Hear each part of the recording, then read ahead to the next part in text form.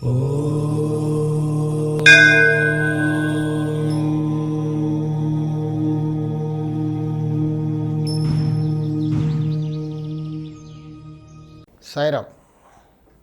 నేను మీ విశ్వకర్మ వాస్తు యూట్యూబ్ ఛానల్కి స్వాగతం. పెళ్ళి అయిన ప్రతి వాడికి కూడా కొన్నాళ్ళు ప్లానింగ్ అంటూ ఉంటుంది.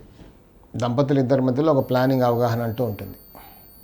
కాబట్టి ఒక 1-2 years కొంచెం ఎంజాయ్మెంట్, హనీమూన్కి వెళ్తుంటారు. కాస్త హాయిగా ప్రీ బర్డ్స్.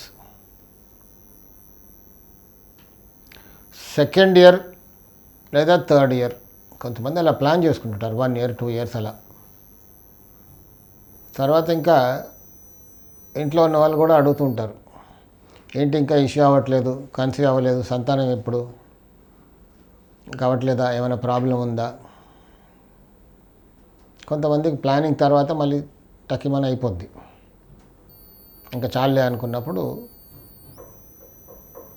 సంతానం కలుగుతుంది. కొంతమందికి అసలు సంతానం కావడం ఒక పెద్ద ప్రాబ్లంగా పోతుంది. కన్సీవ్ అవ్వరు. సరే ఒక 1 year అలా ట్రై చేస్తూ ఉంటారు. 1 year అయిపోద్ది, 2 years అయిపోద్ది, కానీ సంతానం అసలు కన్సీవే అవ్వట్లేదు. కొంతమంది కన్సీవ్ అవుతారు కానీ మిస్క్యారేజ్ అయిపోతుంది. ప్రతిసారి ఇలాగ జరుగుతూ ఉంటుంది 4-5 times. అప్పుడు ఇంకా చిన్నగా దడబుడుతుంది. డాక్టర్ గారికి వెళ్తారు. ఎన్నో రకాల పరీక్షలు. కొంతమంది అన్ని పరీక్షల్లో బాగుంటారు కానీ సంతానం మాత్రం కలగట్లేదు. కొన్నిసార్లు లేడీలో ప్రాబ్లం ఉంటుంది, కొన్నిసార్లు జెంట్స్లో కూడా కొన్ని ఇబ్బందులు ఉంటాయి. కొందరికి అసలు ఏమీ లేదు, అంత బాగుంది కానీ అసలు సంతానం అవ్వట్లేదు. మ్యారేజ్ అయిపోయి 4-5 years 6 years 7 years 8 years కూడా అయిపోయింది. ఎక్కడెక్కడో తిరుగుతుంటారు, డబ్బులు ఖర్చు పెడతారు. పూజలు, జపాలు, మంత్రాలు, తావీజులు ఎన్నో జరుగుతుంటాయి. ఇంకా ప్రతి చోటకి వెళ్తారు. కనబడ్డ రాయికి అంత మొక్కుతూ ఉంటారు. అన్ని గుళ్ళు, గోపురాలు, జపాలు, తపాలు, దీక్షలు అన్నీ చేస్తుంటారు పాపం. కానీ ఎంతకి జరగదు.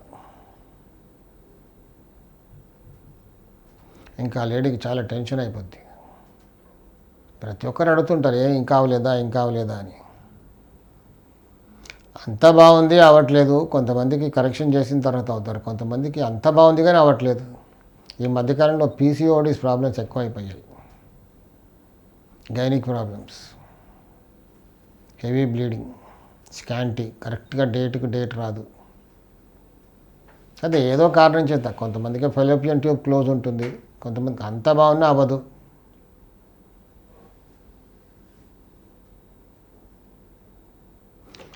ఈశాన్యంలో నైరుతిలో దోషం ఉంటే ఆ ఇంట్లో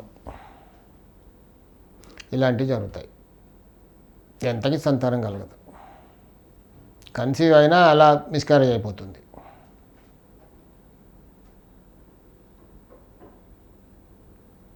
ఇల్లంతా బాగుందండి కానీ వాళ్ళున్న బెడ్రూమ్లో దోషం, ఈశాన్య దోషం, నైరుతి దోషం.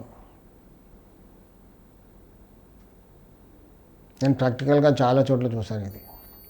అక్కడ ఆ దోషాన్ని సవరించిన తర్వాత చాలా మిరాకిల్గా వాళ్ళకి సంతానం కలిగింది. సో ఇలా సంతానం కలగట్లేదు అంటే నేను మెడిసిన్స్ ఆపేయమని నేను చెప్పట్లేదు. వాటితో పాటుగా ఈ దోషాన్ని సవరించుకుంటే తప్పనిసరిగా సంతానం కలుగుతుంది. సాయి రక్ష.